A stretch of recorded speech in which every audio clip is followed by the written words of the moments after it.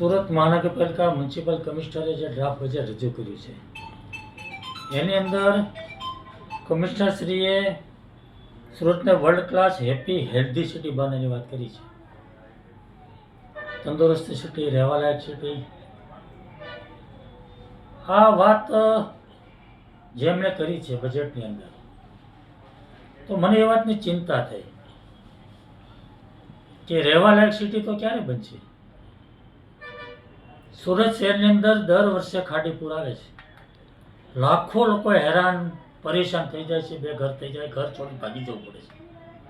તંત્ર બી પરેશાન થઈ જાય છે. જ્યારે પૂર આવે ત્યારે ચર્ચાઓ થાય છે, વાતો થાય છે, મિટિંગો થાય છે, આયોજન થાય છે. ખાડી પૂર કેવી રીતે બંધ થાય, ખાડીના ત્રાસમાંથી લોકો કેવી રીતે મુક્ત થાય, ખાડીની ગંદકી, ખાડી પૂર, મચ્છરોનો ત્રાસ જે રીતે લોકો સહન કરી રહ્યા છે એમાંથી કેવી રીતે મુક્તિ મળે, એનું કોઈ આયોજન આ બજેટમાં નથી થયું. બીજી હેલ્ધી સિટીની વાત છે, તંદુરસ્ત સિટી કેવી રીતે બનશે. આજે આપણે જોઈએ છીએ રેડ પડે છે આરોગ્ય વિભાગની.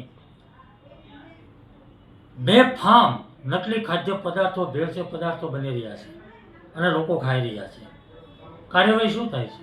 રેડ પડે, દંડ થાય, સેમ્પલ ફેલ થાય, એકાદ દિવસ કદાચ પોલીસ કેસ કરે કોઈકમાં તો એકાદ દિવસની અંદર જામીન મળી જાય, છૂટી થાય, ધંધો શરૂ થાય છે.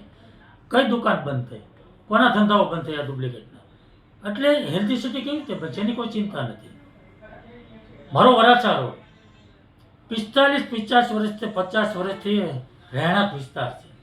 બેફામ રીતે કોમર્શિયલ બની રહ્યું, ઇન્ડસ્ટ્રીયલ બની રહ્યું છે. જ્યાં લોકો 45-50 વર્ષથી રહે છે એની અંદર ગોડાઉનો બને, ઇન્ડસ્ટ્રી બને, દુકાનો બને, કારખાનાઓ બને.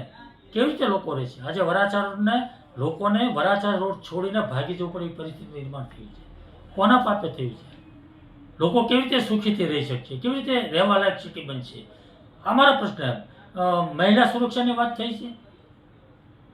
પિંક ટોયલેટ મહિલા સુરક્ષા માટે સારી વાત છે, કંઈ વાંધો નથી.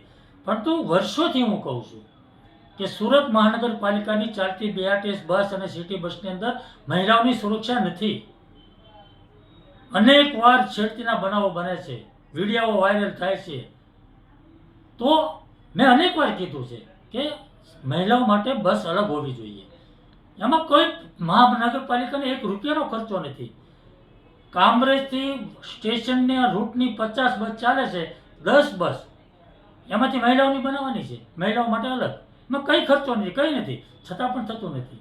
મહિલા સુરક્ષાની વાતો કેવી રીતે થાય છે? ખાલી ટોયલેટ બનાવવાથી મહિલાઓની સુરક્ષા બની જશે? તો આ વાત જે મારી છે, જે મુદ્દાઓ છે એ બજેટની અંદર સમાવેશ નથી થયો. એટલે બજેટની અંદર સમાવેશ થાય અને એનું આયોજન થાય અને એનું વ્યવસ્થિત આયોજન કરી એનું નિરાકરણ થાય એવી મારી આ વાત છે. અમારી તમામ માહિતીથી અપડેટેડ રહેવા માટે જોડાયેલા રહો ત્રિશુલ ન્યૂઝ સાથે.